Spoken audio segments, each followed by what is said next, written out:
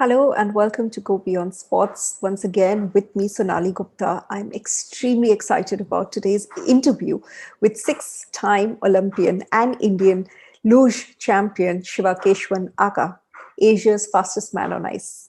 A very brief, and I'm very sure not an intro that contains who he really is. Shiva Keshavan is an Arjuna awardee and India's fastest man on ice.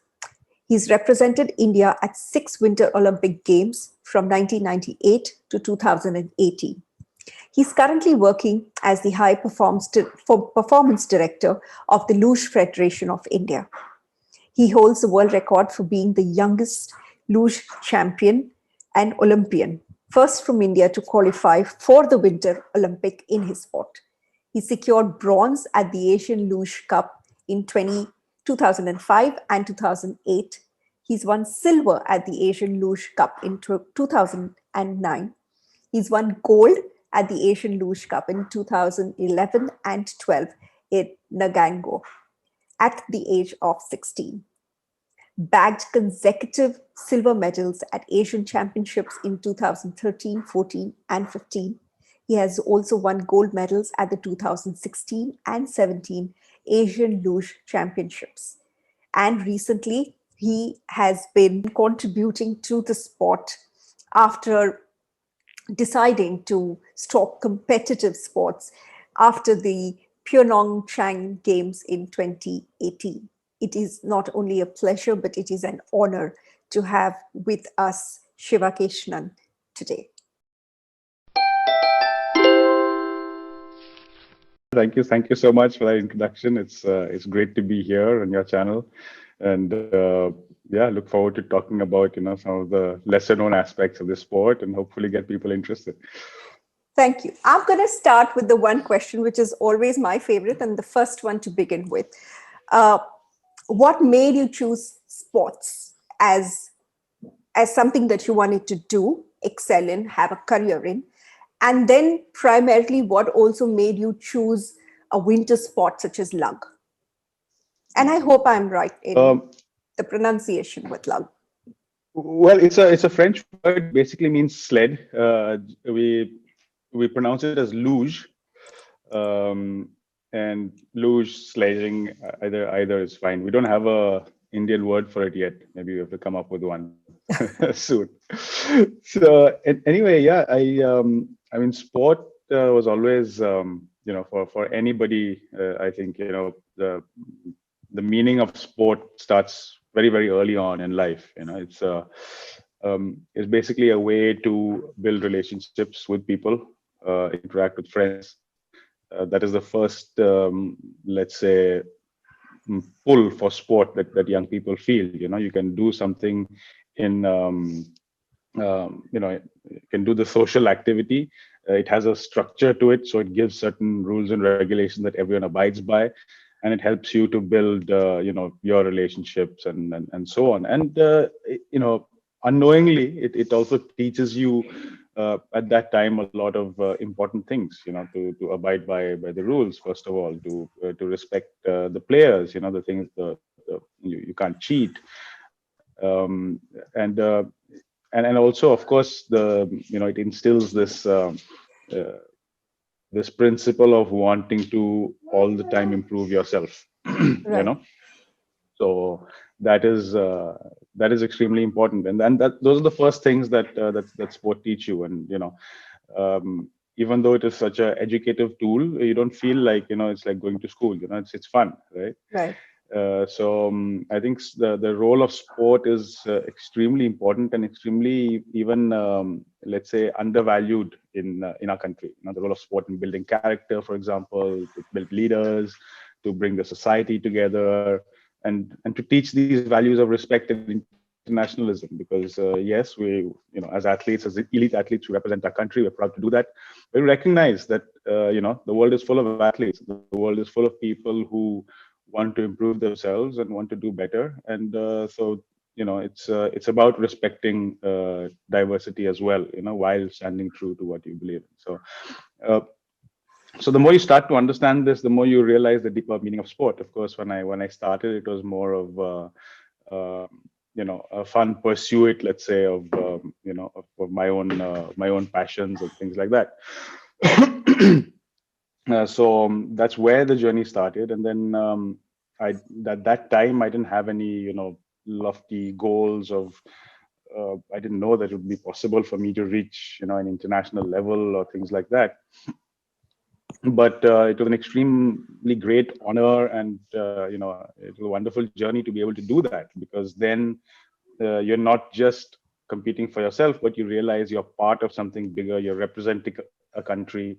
So I had the opportunity to travel around the world, to tell people about India, to tell so many people are curious about your country. They hear things on the news. So to become an ambassador, that is also a very important role of an athlete. So it's an incredible honor to be able to do all that. And I never really made me a difference whether how popular the sport Right. is, how many people I know, or how many people asking for my autograph, or those kind of things were never in my scheme of Right. things. There was so much satisfaction by just being and doing, and then as a consequence, of course, getting better and achieving something as well. Right. But then tell me something. So from your growing years to today, what's that one aspect of sport that you think has been something that has allowed you to be where you are today?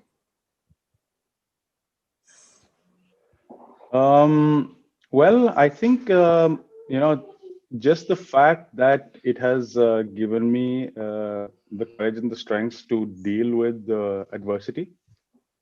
I think that is a very important, the whole character building part of it. That and I think many people tell me that you've chosen a difficult path. The sport is relatively unknown. You have to face a lot of difficulties. It's true, but at the same time, you have difficulties no matter what you do in life. And Right. at anything you do, you reach a moment in which you might question yourself, or you might find it hard to go on. And sport gives you that kind of discipline that, look, no, this is my goal and I have to reach there.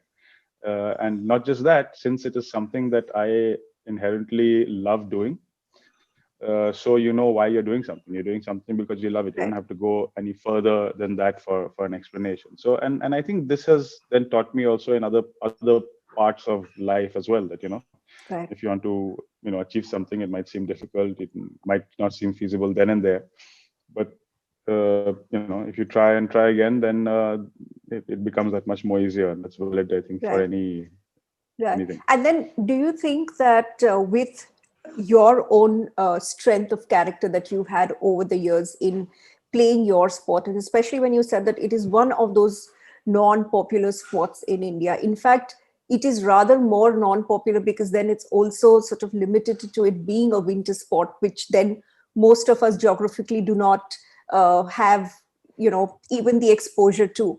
Uh, how then has that been you know sort of easy in any way for you to even have taken up as a career? At what point in time did you realize that this is going to be something that I really want to I'm wanting to take it further? Well, it's a good question. I don't know if I can still define it as a career, okay, because uh, it was never like something that I would earn from. So defining it as a career would still be difficult. Although when I let's say when I started the sport, I was lucky because I got the opportunity to be part of this international talent scout camp, which gave me access to the sport, even though at that time, and I'm talking about when I was 14, this is 96, when I started the sport, I didn't know much about it at all, right? So I got I just got the opportunity to get into this new world, and I, of course, I liked what it was all about, and it appealed to me, and I continued, but I wasn't still thinking in the long term. uh, so it was more about smaller goals. One, of course, I wanted to always do something that I could be proud of, that could leave a mark. As a kid, that was something that definitely was pushing me.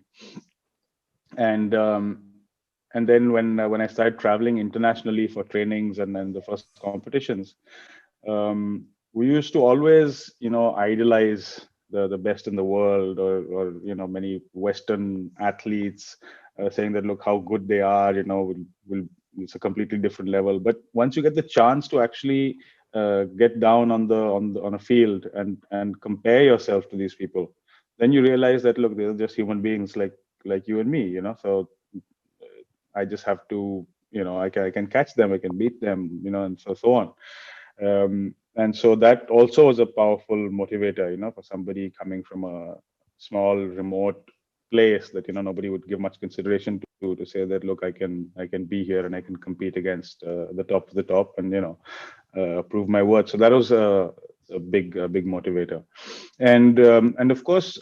Traveling around, I saw that winter sports is a huge business internationally, and many people there they have very good careers in winter sports. In India, we have a lot of potential because we have the Himalayas. Right. It's arguably the best, biggest mountain range in the world, definitely highest. And so I always knew that there's going to come a time very soon in the future where this will develop as an industry in India. Now that still hasn't happened as much as I thought, but now I hope in my post, let's say, competitive sports role, I can play a role in working for the larger ecosystem, because we need people to build um, you know uh, to make sure that winter sports, that there's a system created to scout the athletes, to to give the high performance training, to get a proper sports policy for winter sports in place. So these are the things that I'm trying to tackle right now. And since they were all missing during my athlete career, it was extremely difficult, even to get a simple funding to go for a race, or to get a set of equipment, or even to get recognition for after you won medals. People, government would say that, what is this sport? Is it a real sport? And so to put these systems in place is very important for there to be a progression. Right. So luge is actually still, like you said, not very popular. And just for a layperson, when we say you are the fastest man on ice in Asia, and of course it's a sledge that you use, and your clothes are very important, and there's a whole lot of science that kind of comes behind a sport like this.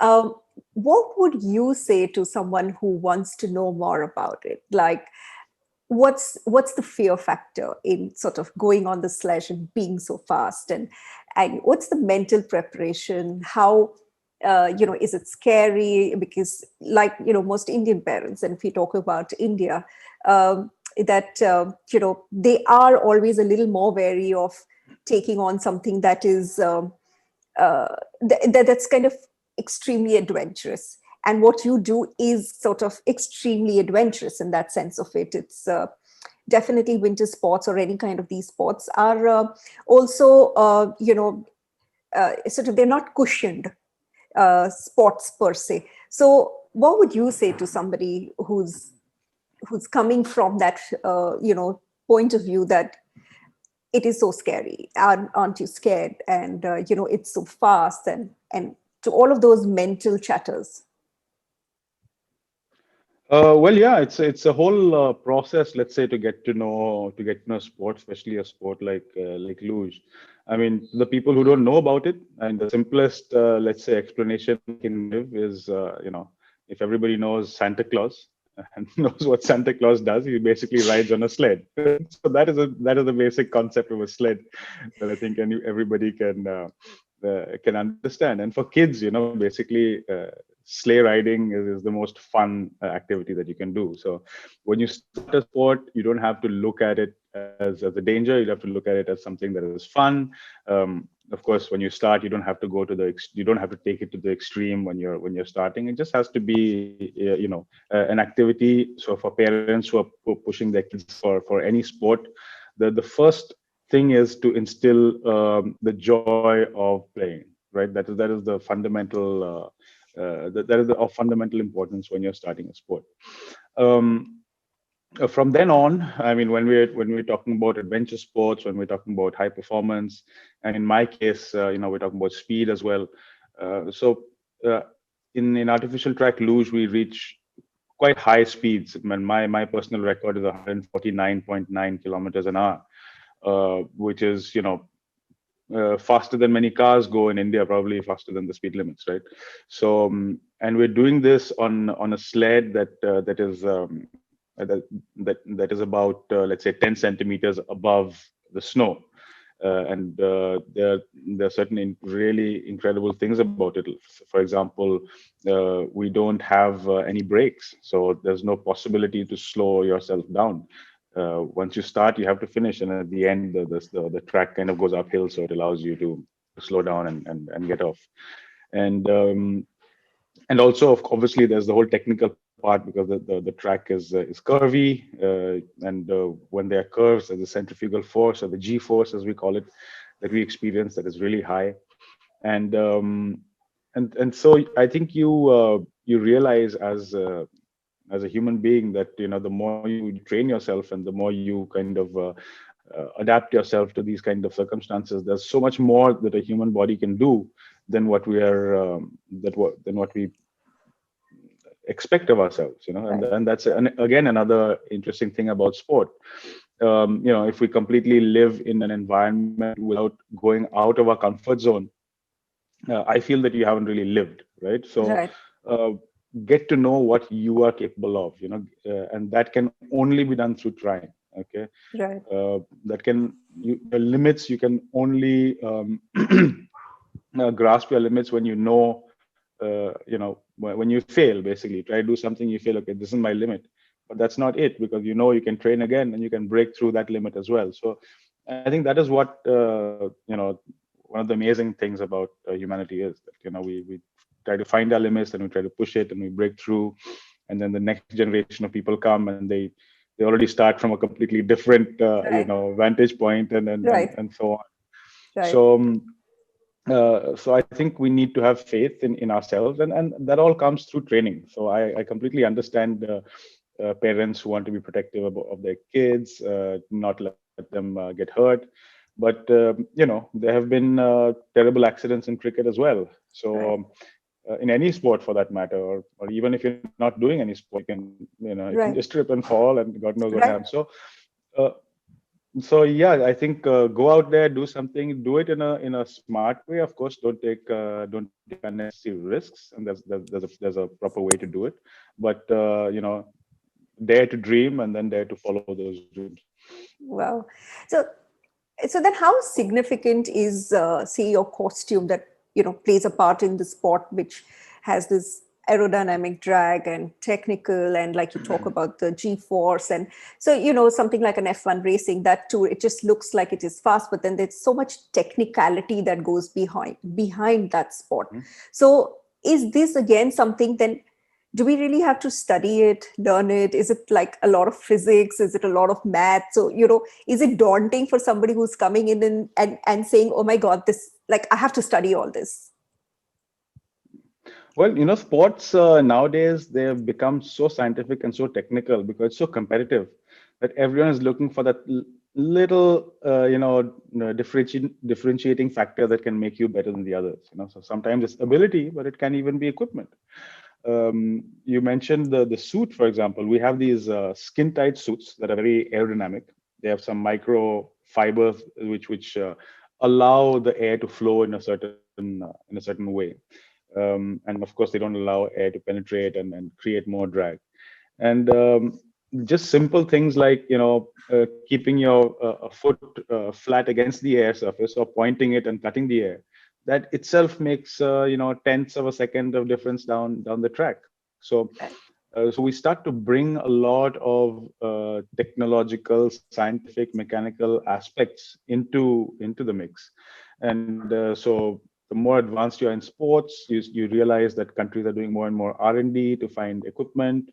I started by using a sled made of wood and fiberglass. Now people are using plastics, carbon fibers, Kevlars, various kinds of materials of steels that don't lose the heat easily, and so on. So there's so much happening in it, and then once you realize that it's such a simple sport, but you're getting to experience G forces, for example, of 7 to 10 Gs, which under normal circumstances you can only experience in some fighter jet planes. When you're doing these maneuvers on in combat and in training. So there's a lot that there's a lot that is there to understand, and sometimes it's not the athlete that has to understand everything, right? You have a Right. team. You You have have a team. in my case, we didn't unfortunately have such a big support staff. In fact, we had nobody. But other countries, they have they have the biomechanist, which will study your body position.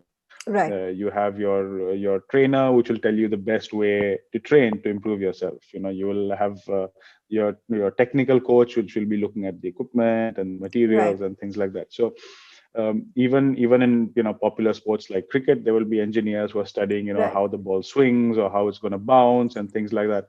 So some people grasp it by talent alone, and some people just trust what the coach The is telling team. them. But But yes, then absolutely. can I But ask you this? In that case, does it make luge a slightly more expensive sport in terms of the equipment, the clothing, or say even if you're looking at a team behind you because it's so much more technical, does then that kind of become one of those binding factors for it in terms of its popularity? well, I think any sport, once you reach a certain level, uh, there are certain amount of expenses that have to be considered. For example, any sport you do it at an international level, you will need an international level coach, right? Right. So that costs something. You will need, teams normally have psychologists, they will have doctors, they will have all these things that are expensive.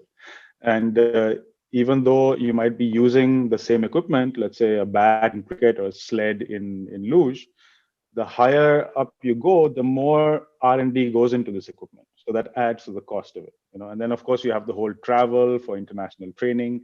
So I think elite sports, they all are over a certain level of cost, which is Right. why it's always important for the government to step in and fund the elite sports. But while you're doing it, yourself personally, you don't have those kind of requirements, so you don't have that kind of uh, that kind of costs.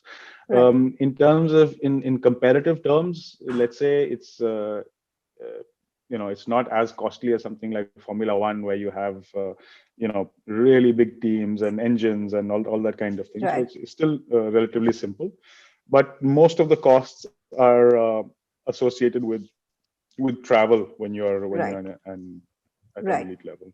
And so tell me one thing, again, to sort of speak more about it. What's the kind of then infrastructure that we have?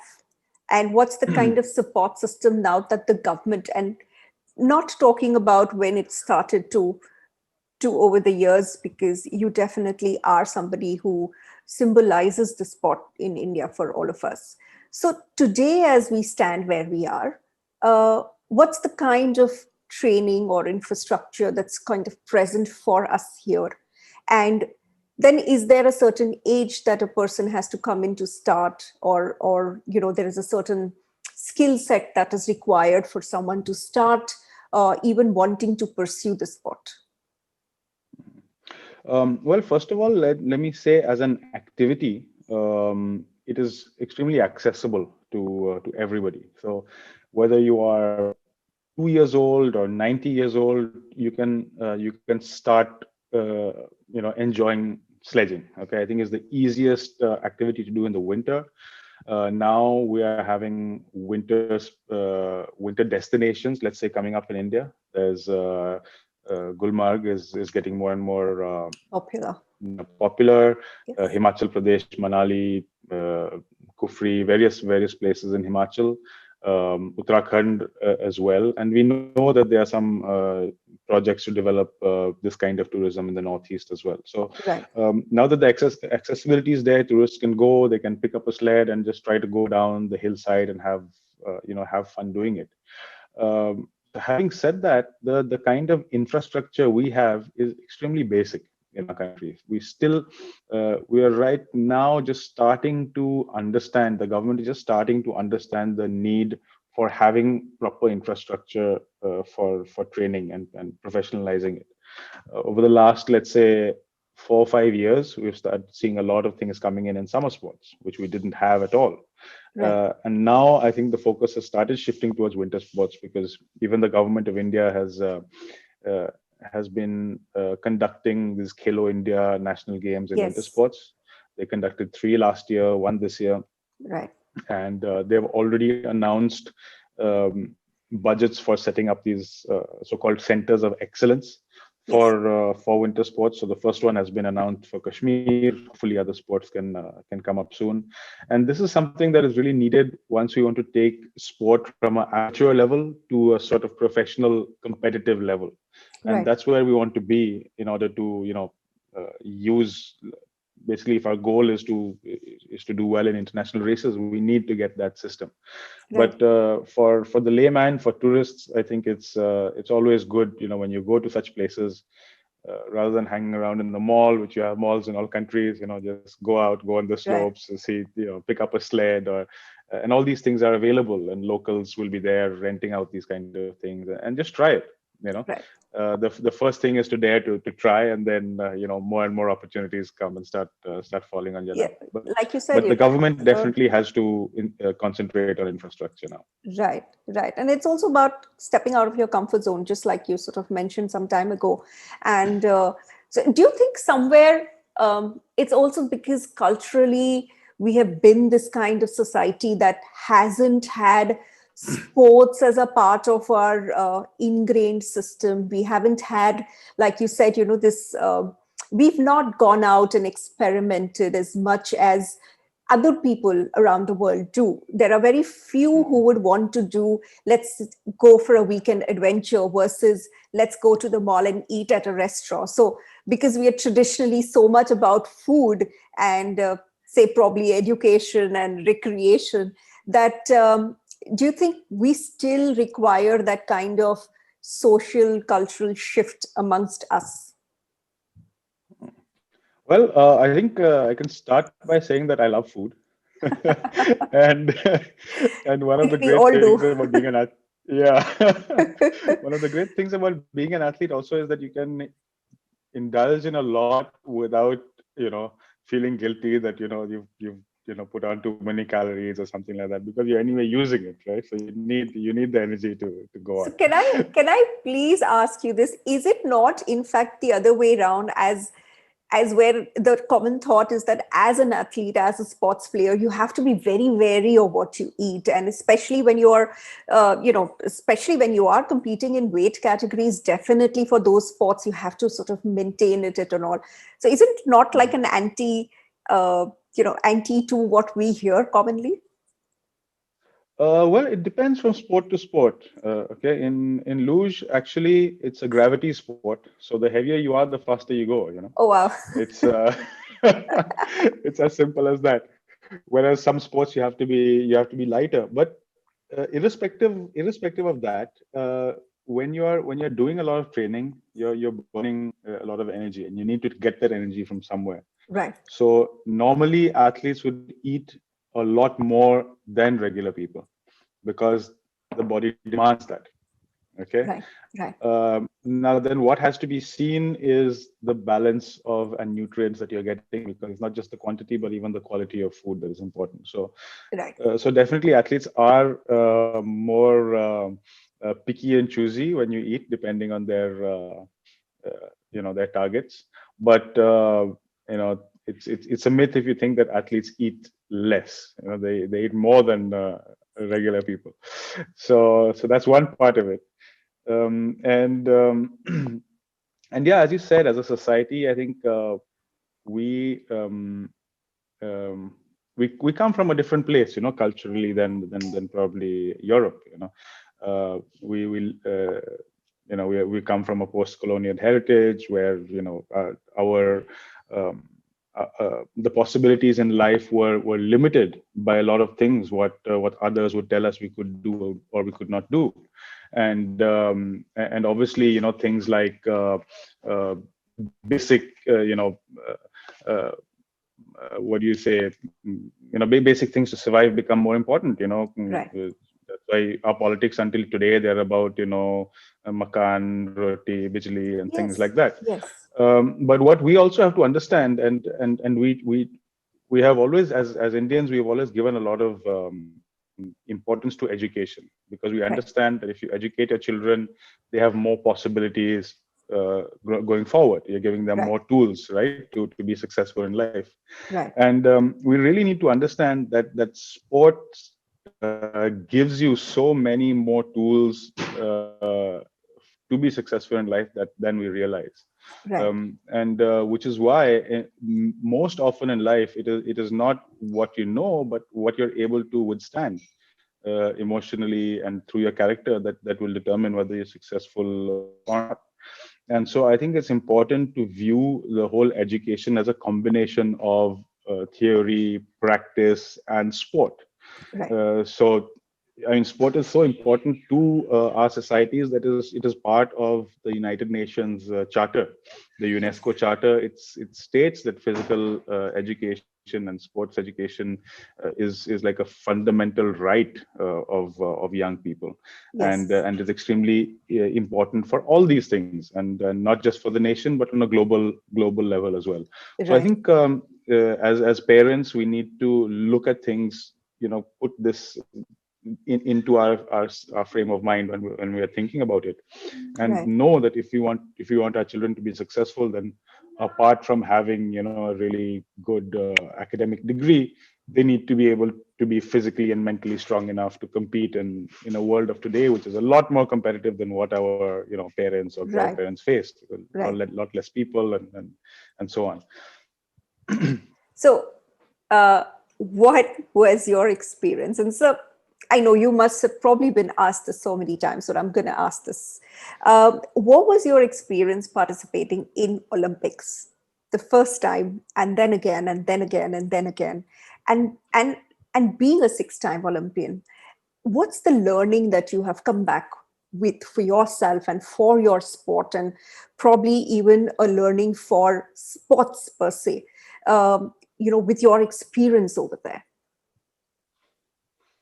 Um, well, my first Olympics in '98, in February '98, I still remember it as if it were yesterday. Um, I was definitely not ready, not expecting to be stepping into an arena that is so big, that is the center of the world's attention. And up until that moment, I was, training alone in a virtually unknown sport in an unknown corner of the world, and everything changed when I became the first person to make this qualification for the Olympic Games, and then I was sent to Japan. And when I stepped into that Olympic uh, opening ceremony stadium, and I was given the Indian flag, to carry, and when there was this roar of all the spectators when they announced India, and then I was the representative of India, and I knew all the cameras of the world are watching me at that moment.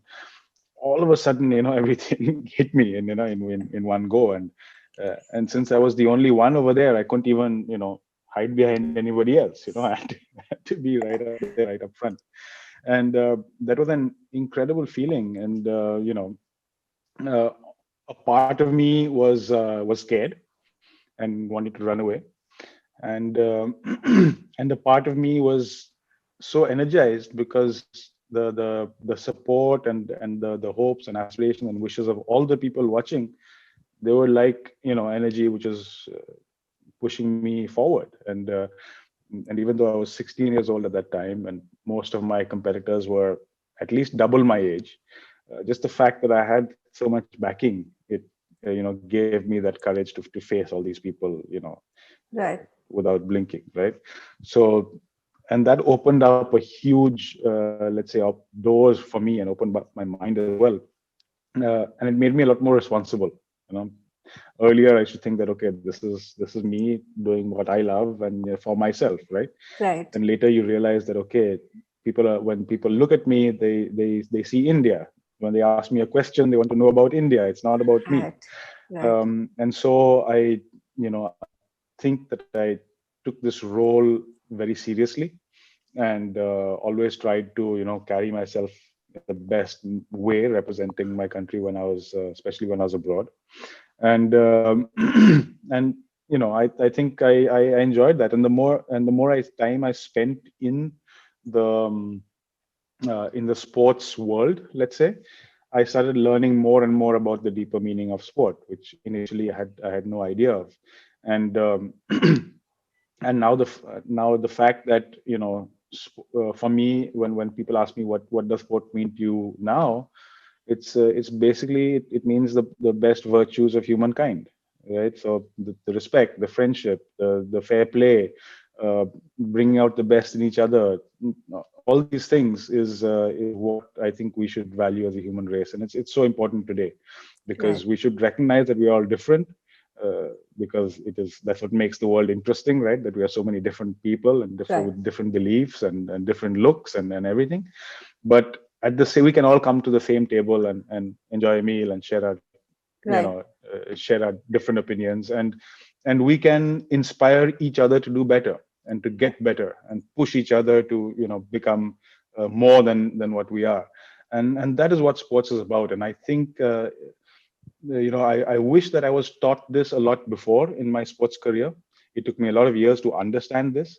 And I see a lot of young athletes nowadays, they need to be, told and educated about these, deeper meanings of sport, so Right. that you get the real advantage of what you're doing. Right.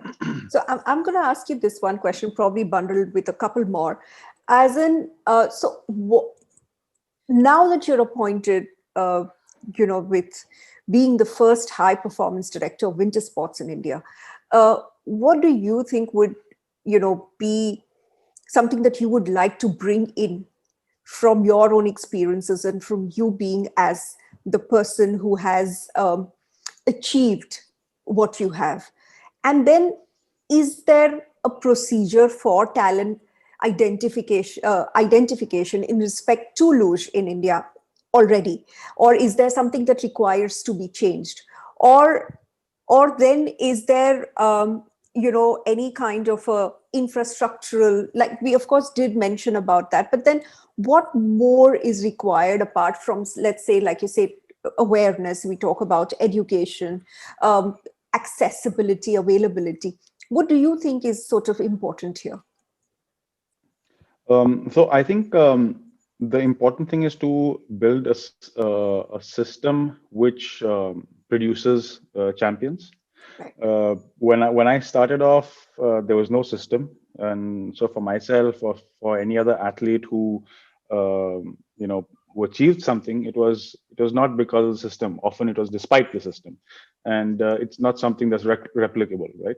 So we need to create something that's replicable, that give young people the chance to come into a machinery, to be molded into Right. material for becoming a champion, and then put out there Right. in the world. So that is what I'd like to create.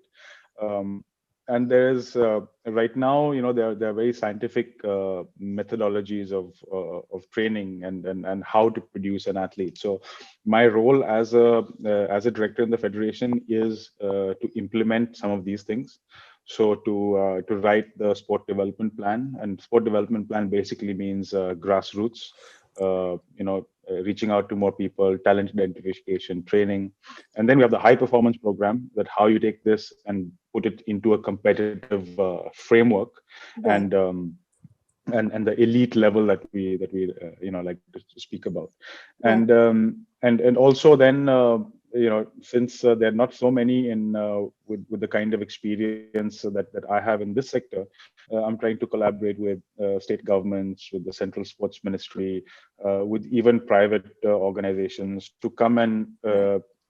be part of this upcoming industry of winter sports, and not just build infrastructure, but but build an economy around it that involves people. So, for example, a place that I was born and brought up in, village Vashisht, which is next to Manali, we can also benefit even economically, even through infrastructure, and even through getting an opportunity to go out and represent the country. So the entire ecosystem is what needs to be looked at. So it's an extremely challenging role right now that I have. But I feel that I'm the right person for it, because we can have a lot of coaches and a lot of mentors from other countries, but they will never understand what a young Indian athlete is going through, or what kind of guidance is exactly he or she needs. And I feel that I have that kind of connection with the younger athletes that I train, and I'm always more effective rather than somebody who doesn't understand their background.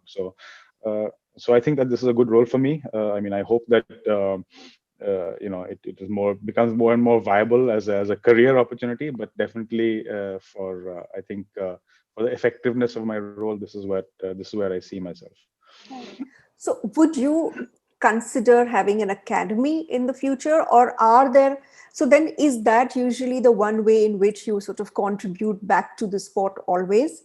Or is there more like taking on these roles, like being on board of creating ecosystems that you think is another way of actually, giving back to the sport? So, would you consider having an academy and training and being Yes, hands on with the absolutely. sport? Absolutely, there are many roles in this. Of course, starting from a coaching role, which is the most basic, which you're working directly with the kids and you're transferring your know-how to them. Then there is the whole, being able to set up an academy, and so you're able to reach to those many more people, and you're able to bring more systems in play that are required. Also, there are other roles. You can be a technical advisor to corporates who want to set up businesses in this area. You can now the various sports ministries have a lot of they're getting more and more professional. Athletes can work in these structures to either build policy or to look at infrastructure. So let's say the career opportunities are increasing as of now for athletes in India. So, and that is of course a thing that many athletes need to look out for, because as I have experienced myself, I found myself at in my mid-30s, having reached the peak in sports, and then there comes a time when you're too old to do sports and you have to get back to a regular life, a regular career, and so on, and you realize I'm very underqualified for doing most of the things that other people would do, and suddenly from elite level you're back to square one. So being able to use your experience and build on that, and remain at a high level in some profession that you can do is something that is very important for athletes.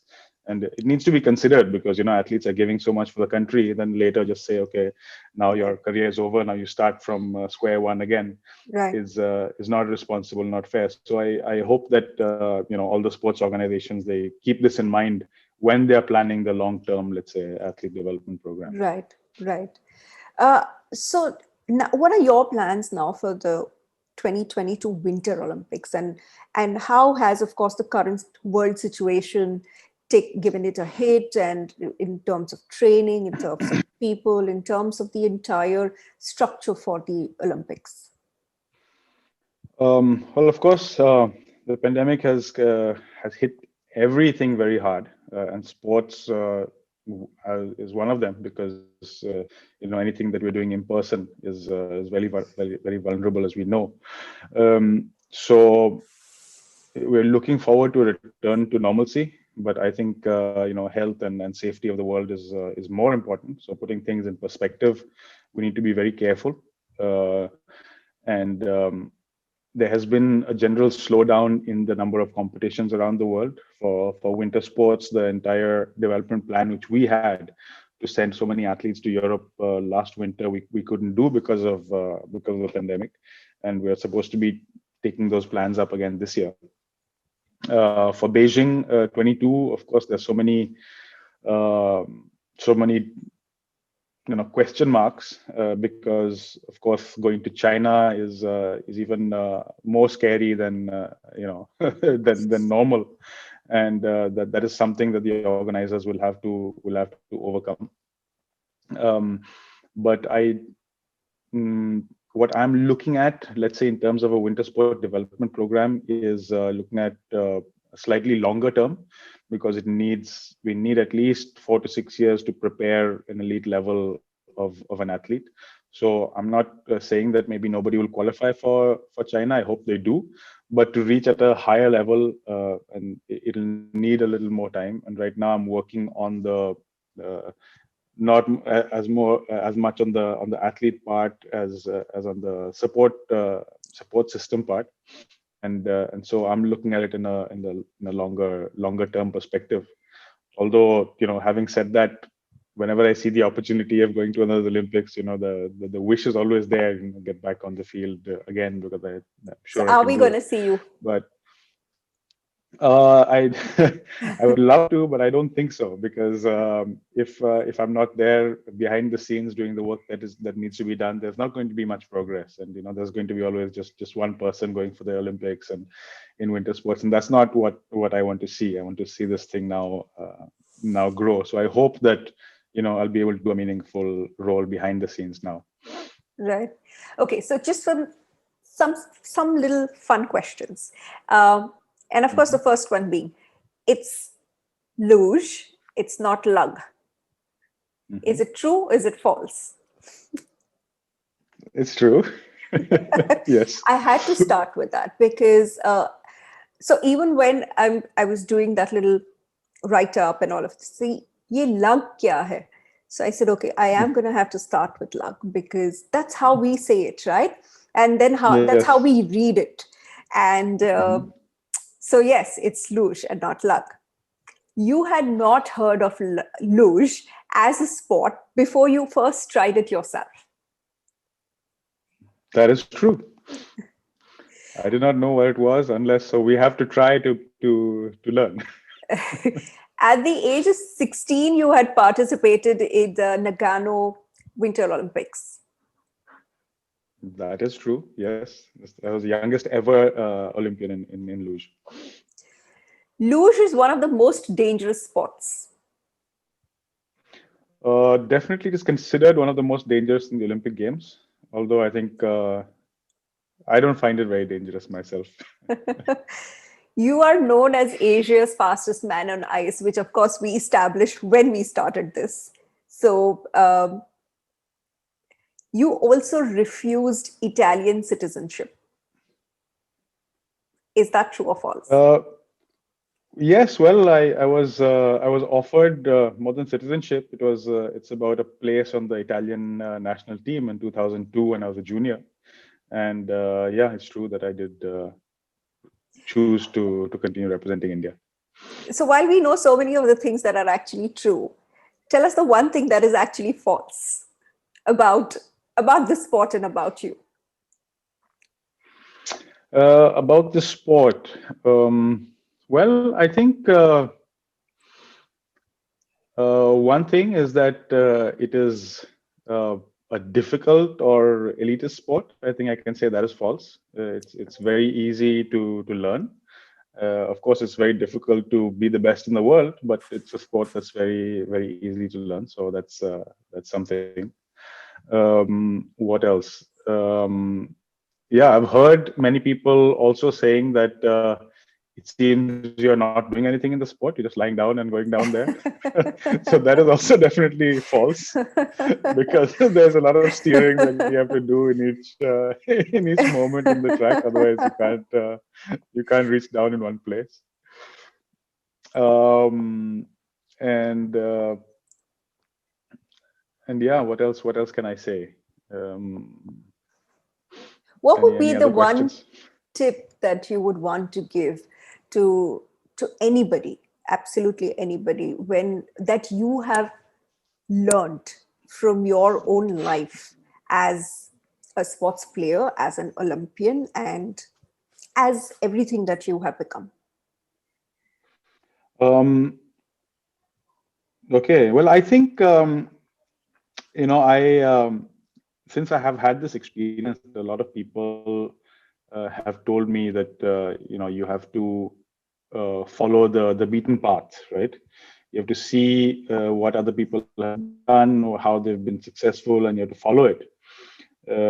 I don't agree with that. I think that anything you do, you can find success in anything you do. You just have to have the patience and the determination to take it to its conclusion, and you will find success no matter what it is. And in fact, it is if you do something that you truly love, you will have the courage to stand by in all the difficult moments, which are anyway there, and no matter what you do in life. Uh, so I think what my advice would be, based on my own experience, is to find out what makes you unique, and cultivate that, and take that to its and keep on developing that, and that will make you into something that is special, and everybody will start to appreciate it. Wow. So thank you so much. It's quite an inspirational end to such an amazing conversation.